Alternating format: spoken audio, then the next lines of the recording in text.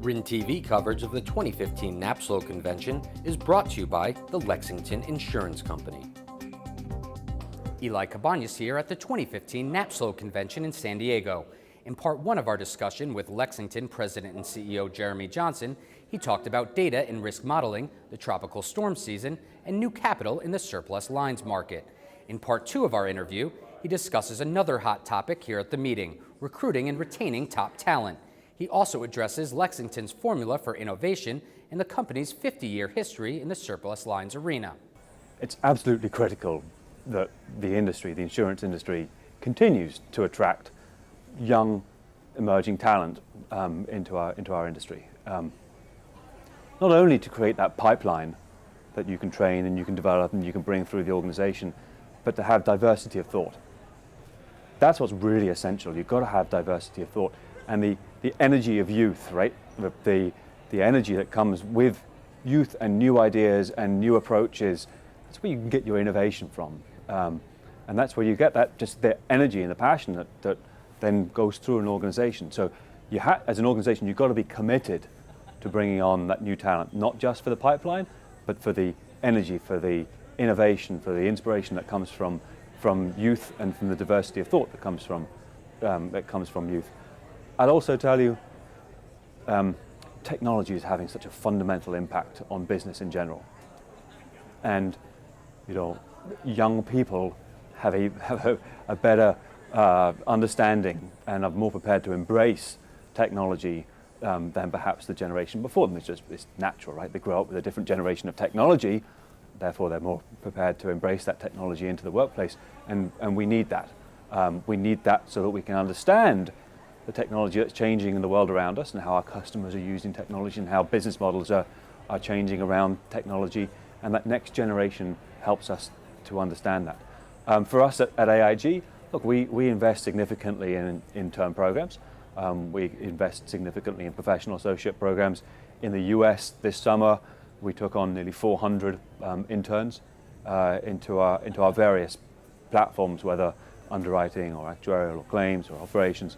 We've brought in nearly 400 interns, and we'll hire a significant number of those interns as they graduate into professional associate programs, where we'll give them a heck of a lot of training and development and career opportunities. It's absolutely critical for us. So thank you for recognizing our UAV product and the award that we received earlier this year for being really the first to market with an innovative product to address the risks from drones. Look, we released, at Lexington alone, we released 14 new products last year. And this year we'll release at least that number of products and services to our customers. We are a very innovative company. And in terms of shaping the culture, to enable innovation at your organization, I think to a large extent, leaders have to walk the talk. You've really got to be personally invested in order to enable innovation. It's one thing saying it, it's another thing doing it. We create time and space for ideation. We literally take people out of their day jobs, a lot of people out of their day jobs, and we give them time and space and tools to ideate. And then we invest in resources who execute on the ideation, right? So ideation through execution becomes innovation. And that takes an investment, and it takes kind of a personal investment from leadership. We spend a lot of time recognizing innovation. We compete.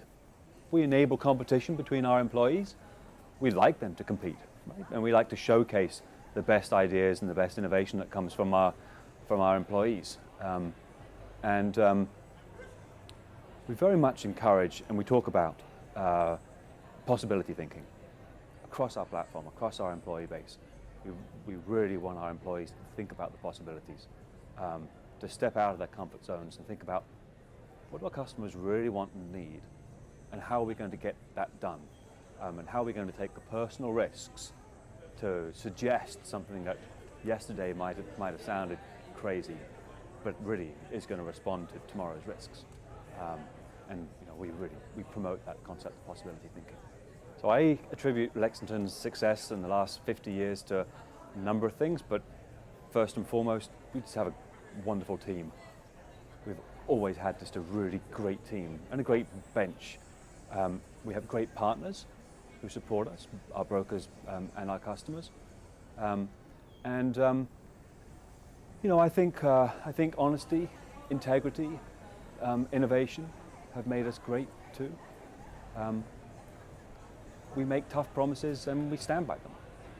If you missed it, make sure to watch part 1 of our interview with Lexington President and CEO Jeremy Johnson, available in our on-demand library.